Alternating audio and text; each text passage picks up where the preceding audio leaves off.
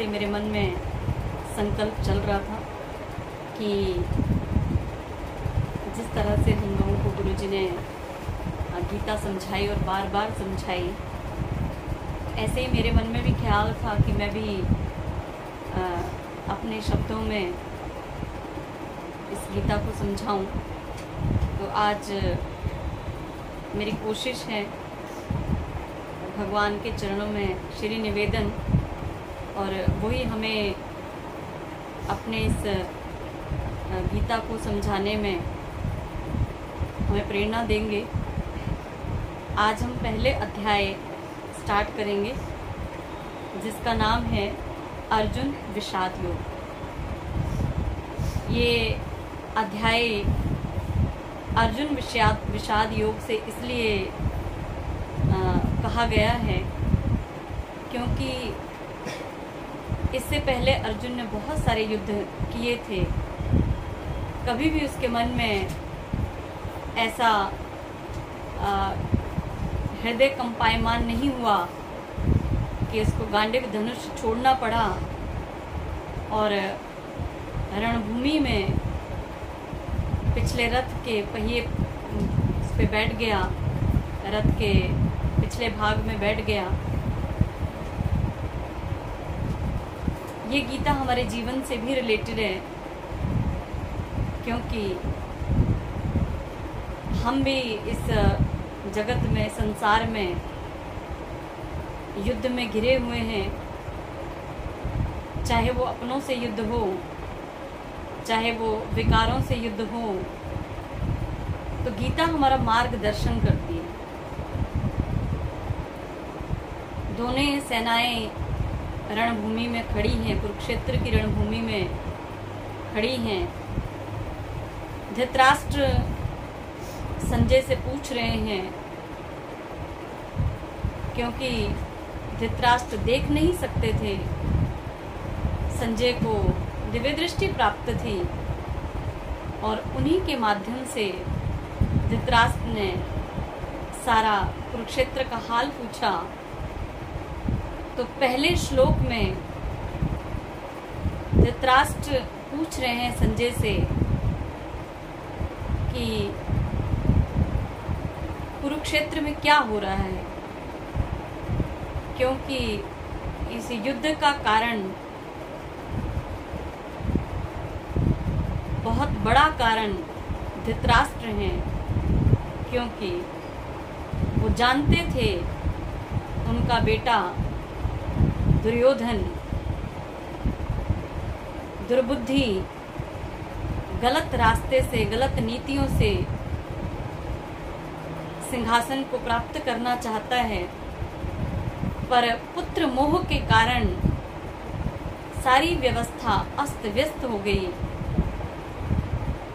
और कितने ही बातें सामने आई।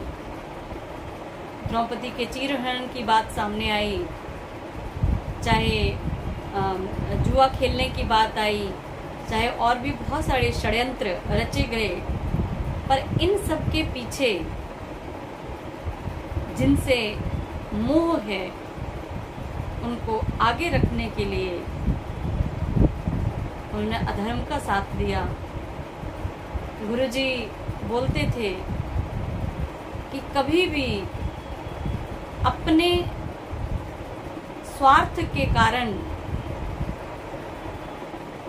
कभी ऐसा नहीं करो। घरों में भी यही सब बात, पक्षपात होता रहता है और हमारे संबंधों में कड़वाहट आती रहती है। तुम सत्य मार्ग पर चलो जो सही है, पर सही बताए कौन? तो ये भगवान ने इसी गीता को कुरुक्षेत्र की भूमि में, जहां अर्जुन गांडीव धनुष छोड़कर बैठ गया, उस समय जब कर्म करने का समय था, उस समय उसको मोह ने ग्रसित कर लिया, क्योंकि युद्ध किसी दूसरे से नहीं था, अपने वालों से था। धृतराष्ट्र बोले, हे संजय, धर्म भूमि कुरुक्षेत्र में एकत्रित युद्ध की इच्छा वाले मेरे और पांडु के पुत्रों ने क्या किया। ये बात धृतराष्ट्र पूछ रहे हैं संजय से कि वहां क्या चल रहा है। इतनी उत्सुकता है कि वहां की कौरवों की सेना, पांडवों की सेना वहां क्या कर रही है, आगे क्या होगा, क्या नहीं होगा।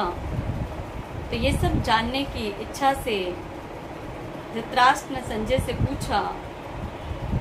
संजय बोले, उस समय राजा दुर्योधन ने व्यूह हर रचना युक्त पांडवों की सेना को देखकर और द्रोणाचार्य के पास जाकर ये वचन कहा।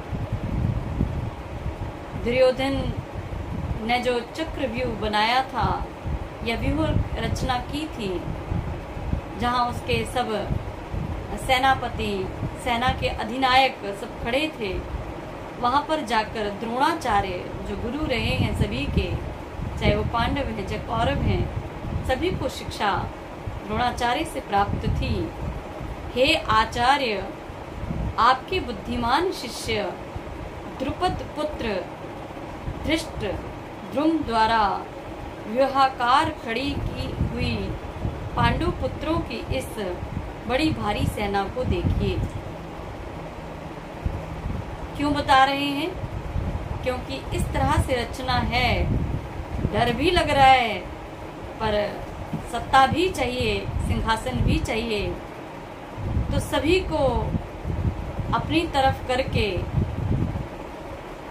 उनको ये बात कही। इस सेना में बड़े बड़े धनुषों वाले तथा युद्ध में भीम और अर्जुन के समान शूरवीर, सात्विकी और विराट तथा महारथी राजा द्रुपद, दृष्टकेतु और चेकितान तथा बलवान काशीराज, कुरुजीत, कुंती भोज और मनुष्यों में श्रेष्ठ सैव्य, पराक्रमी युधामन्यु तथा बलवान उत्तमौजा, सुभद्रा पुत्र अभिमन्यु एवं द्रौपदी के पांचों पुत्र, ये सभी महारथी हैं। हमें किनसे युद्ध करना है, ये सब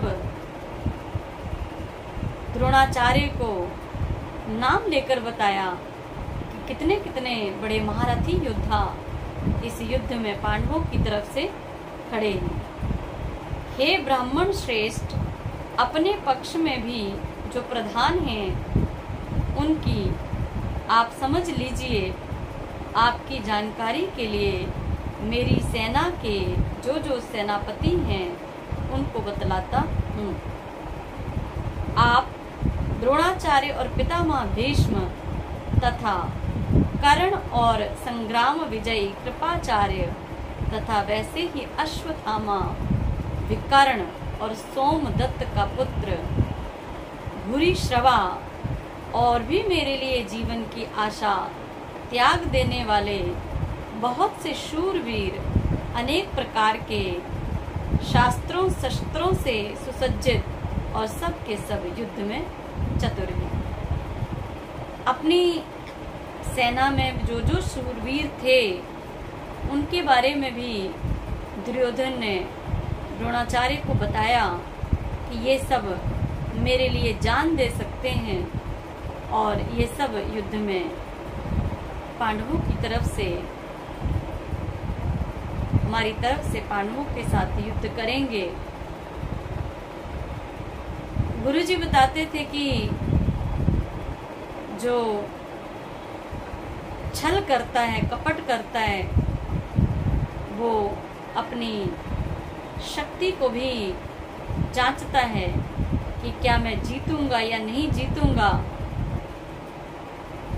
अधर्म की तरफ खड़े सभी लोग जो बहुत बहुत बलशाली हैं, आचार्य हैं, गुरु हैं, भीष्म पितामह जिन्होंने आजीवन ब्रह्मचर्य का व्रत लिया, वो भी उनकी तरफ से खड़े हैं। बहुत सारी बातें गुरुजी बताते थे कि भीष्म पितामह ने जब ये व्रत लिया कि मैं आजीवन हस्तिनापुर की रक्षा करूंगा, पर वो ये भूल गए कि धर्म की रक्षा करनी है या अधर्म की रक्षा करनी है, किस ओर से मुझे लड़ना है, ये भूल गए। हम भी अपने जीवन में देखें कि अर्जुन की तरह ही हमारे भीतर भी ये मोह असमय उत्पन्न होता है। जब कोई घर में बीमार होता है या कोई और घटना घट जाती है, उस समय हमें धीरज में रहकर सेवा करनी चाहिए, पर मन अधीरज हो जाता है, अशांत हो जाता है,